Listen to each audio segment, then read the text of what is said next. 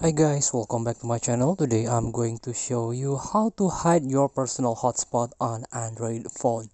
So all you have to do right now is go to the settings on your phone, and as you can see there is a lot of option in here, and you can tap connection and sharing.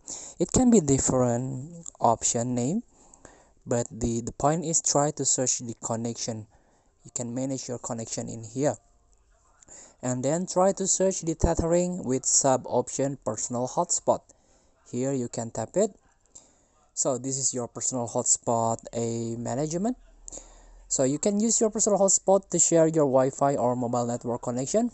This may consume more mobile data and power. So in this option you can hide or you can turn off personal hotspot.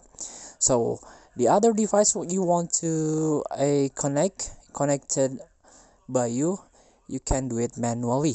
So you can turn this on, automatically turn off personal hotspot by turn this on option.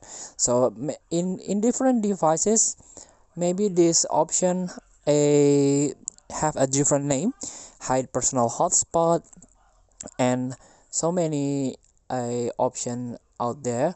But the point is go to your personal hotspot settings and try to search how you can turn off this or hide your personal hotspot name.